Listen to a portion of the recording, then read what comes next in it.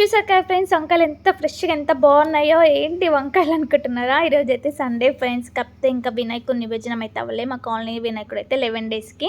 అందుకోసం అయితే ఇంక ఈ సండే అయితే మసాలా వంకాయే తప్పదు. ఇంకా పిల్లలు ఎగ్ చేయవచ్చు కదా మమ్మ, ఎగ్గే కదా అన్నారు, కానీ ఏది లేదు ఎందుకంటే డైలీ వినాయకుని దగ్గరికి పూజకి వెళ్తున్నా కదా, అందుకే తినాలని ఫిక్స్ అయిపోయాను. ఇంకా చెయ్యట్లేదు ఇంట్లో కూడా. ఇంకా నేనైతే వంకాయలు అయితే ఇట్లా కాట్లు పెట్టేసుకున్నా.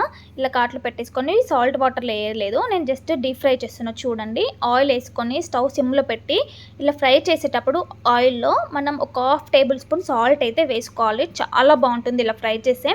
వంకాయలు ఎక్కడ కూడా చేదవ్వవు, అసలు కలర్ కూడా మారవు. ఎంత మంచిగా ఉంటుందంటే కలర్ చూడడానికి చాలా బాగుంటుంది ఫ్రెండ్స్. చూసారు కదా ఎంత బాగుందో. మీరైతే ఇలా ఇదే ప్రాసెస్ సేమ్ ఇలా నేను చూపించినట్టుగా అన్నీ సేమ్ ఇదే మెథడ్లో చేయండి, చాలా బాగుంటుంది కర్రీ. ఎంత కలర్ఫుల్గా ఉంది కదా. ఇంక ఇప్పుడైతే నేను నువ్వులు వేయించి పక్కన పెట్టేసుకున్నాను, పల్లీలు కూడా వేయించాను, చల్లగా అయిపోయినాయి. ఇంకా వీటిని అయితే మనం రెండు మిక్స్ చేసి మనం పేస్ట్ చేసుకోవాలి.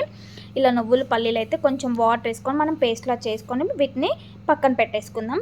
ఇంకా అలాగే నేను ఇప్పుడు నెక్స్ట్ చింతపండు కూడా నానింది. ఇంకా దీని అయితే గుజ్జు అయితే తీసేసుకోవాలి. చింతపండు రసం అనేది కొంచెం మనం తీసి ముందే పక్కన పెట్టుకుంటే కర్రీలో వేసుకుంటప్పుడు ఈజీగా ఉంటుంది కదా. ఇంకా నేనైతే మంచిగా తీసేస్తున్నా ఇలా గుజ్జు. ఇంకా చింతపండు అంటారా, ఎవరికి టేస్ట్కి తగ్గట్టు వాళ్ళు, కొంచెం మంది ఎక్కువ కొంతమంది తక్కువ తింటారు కదా. ఇంకా ఇప్పుడు నెక్స్ట్ అయితే నేను కడాయి పెట్టేసుకొని అదే కడాయిలో ఆనియన్స్, పచ్చిమిర్చి, కొత్తిమీర, పుదీనా వేసి మంచి ఫ్రై చేస్తున్నా. స్టవ్ సిమ్లో పెట్టే చేస్తున్నాను ఫ్రెండ్స్, ఎందుకంటే హైలో పెడితే అస్సలు బాగోదు. ఇంకా అల్లం వెల్లిగడ్డ పేస్ట్ అయితే కొంచెం ఎక్కువగా వేసుకోవాలి ఇందులో. ఇలా ఫ్రై అయ్యేటప్పుడు మంచి స్మెల్ వస్తుంది.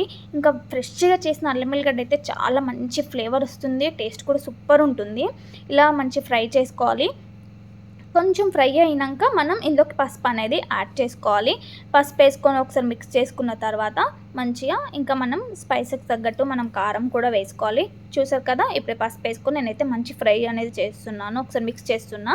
ఇలా ఒకసారి మిక్స్ చేసుకోగానే ఇంకా మనం కారం అయితే మనం టేస్ట్కి తగ్గట్టు, ఎవరి టేస్ట్కి తగ్గట్టు వాళ్ళైతే వేసుకోవడమే, అంతే. ఇంకా నేనైతే కారం అనేది యాడ్ చేస్తున్నా. ఇప్పుడు ఇది ఒకసారి వేసుకొని మంచిగా ఒకసారి మిక్స్ చేసుకోవాలి.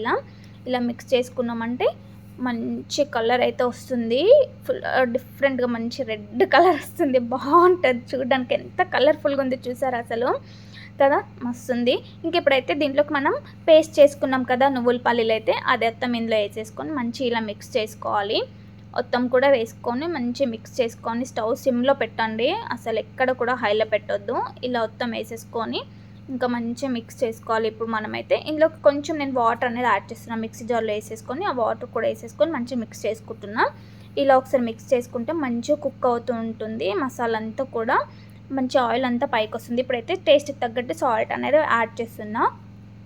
గరం మసాలా కూడా ఇప్పుడే వేసేసుకోవాలి టేస్ట్కి తగ్గట్టు. ఇంకా గరం మసాలా వేసేసి మనం మంచిగా మిక్స్ చేసేసుకొని ఒక్క 5 మినిట్స్ మనం వదిలేయాలి. మంచి కుక్ అవుతూ ఉంటుంది, మంచి ఫ్లేవర్ వస్తుంది. అబ్బా, అసలు కుక్ అవుతుంటుంది, ఎంత మంచి స్మెల్ వస్తుంది తెలుసా. ఇప్పుడైతే మనం ఫ్రై చేసుకున్న వంకాయలు కూడా ఇందులో వేసేసుకొని మంచిగా ఒక్క 5 to 10 మినిట్స్ వదిలేసేయాలి. మంచి మసాలా అంతా కూడా వంకాయకి పట్టుకుంటుంది, ఎంత మంచి గుమ్మగుమ్మల స్మెల్ వస్తుంది తెలుసా అసలు. కొంచెం ఒక గుప్పడంతా చింతపులుసు అయితే వేసుకున్న, పైన కనిపిస్తుంది కదా చూడండి. అది వీడియో అయితే కొంచెం స్కిప్ అయిపోయింది చింతపండు పోసేటప్పుడు.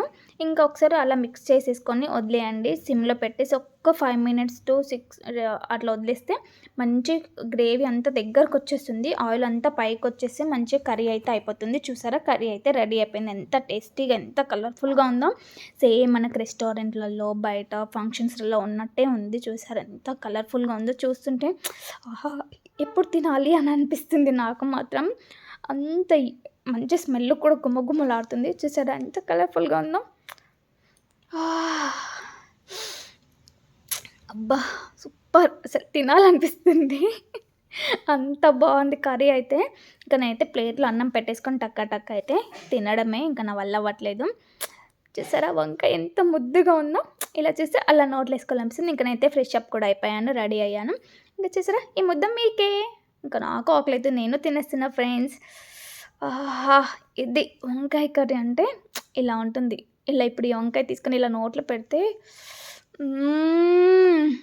సూపర్, అది టేస్ట్ అంటే చికెన్ ముక్క కూడా పనికిరాదు ఫ్రెండ్స్, అంత బాగుంది తెలుసా, అంత ఎమ్మిగా ఉంది. తప్పకుండా మీరు ట్రై చేయండి. అసలు ఇలా కనుక చేస్తే మీరు ఎవరైనా మీ గెస్ట్లు కానీ మీ ఫ్రెండ్స్ ఎవరైనా ఇంటికి వచ్చినప్పుడు ఇలా చేసి పెట్టారనుకో మళ్ళీ కావాలి అని అంటారు, అంత టేస్టీగా ఉంది. వంకాయ అయితే ఇలా నోట్లో పెడితే అలా కరిగిపోతుంది తెలుసా, అంత టేస్టీగా ఉంది. నాకైతే ఇలా వంకాయ తీసుకొని తింటే ఇలా నోట్లో పెడితే ఇలా కరిగిపోతుంది తెలుసా. ఇది అండి ఆస్వాదించడం అంటే. వంకాయ అంటే ఎవరికి ఇష్టం ఉండదు చెప్పండి? ఎవరికైనా ఇష్టం అండి వంకాయ అంటే. ఇలా చేసి పెడితే అసలు నిజంగా వంకాయ కర్రీ ఎంత టేస్టీగా ఉంటుందా అంటారు. మీరు తప్పకుండా ట్రై చేసి ఎలా ఉంది ఏంటనైతే నాకు కామెంట్ చేయండి. ఇంకా ఈ వీడియో అయితే నేను సండే తీశాను కానీ ఈరోజు పోస్ట్ చేస్తున్నాను. అసలు నిన్న టైం సరిపోలేదు ఫ్రెండ్స్. వినాయక చవితి నిన్న అక్కడ మా కాలనీలో వినాయకుని దగ్గర నోముకున్న సత్యనారాయణ స్వామి నోముకోవడం వల్ల అక్కడే ఎక్కువసేపు టైం ఇదైపోయింది. అందుకే నేను వీడియో అనేది పోస్ట్ చేయలేకపోయాను. ఇంకా ఈరోజైతే వీడియో అనేది పోస్ట్ చేశాను. ఎలా ఉంది ఏంటనైతే నాకు కామెంట్ చేయండి. తప్పకుండా మీరైతే ఈ రెసిపీని ఖచ్చితంగా ట్రై చేయండి. ఎందుకంటే వచ్చేది కార్తీక మాసం కదా, తప్పకుండా యూజ్ అవుతుంది. Please like, share, subscribe.